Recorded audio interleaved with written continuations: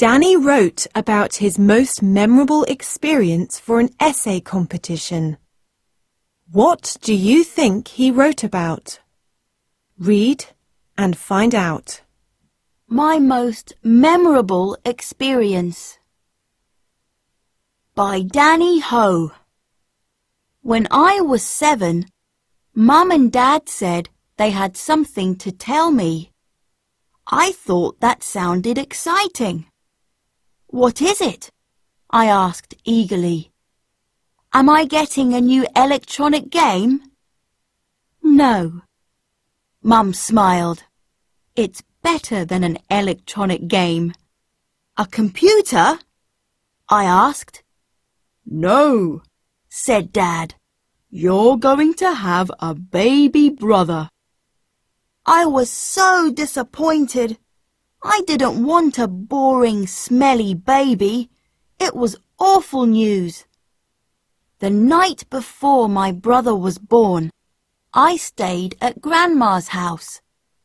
Sleeping in a strange bed was horrible, and I was scared of Grandma's old cat.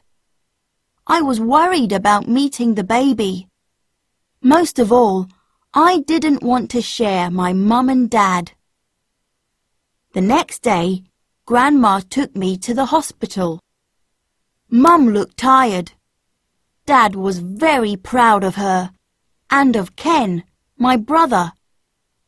He was red and wrinkled like a dried plum. For the next few weeks, Ken cried and cried. Mum didn't have time to do the housework or washing. Once, I even had to wear a dirty uniform to school. I was really upset about that. I wasn't unkind to Ken. I just pretended that he wasn't there. I never held him or played with him. One day, Mum and Dad were trying to make Ken smile.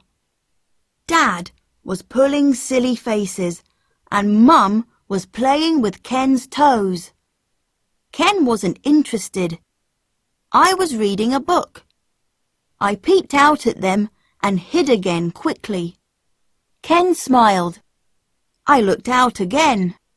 Ken smiled a big, joyful, toothless grin. I felt warm inside and smiled back. That was Ken's first smile, said Mum. He likes you. Give him a hug. So I did. Cuddling my baby brother was a wonderful experience. I was ashamed of my past behaviour.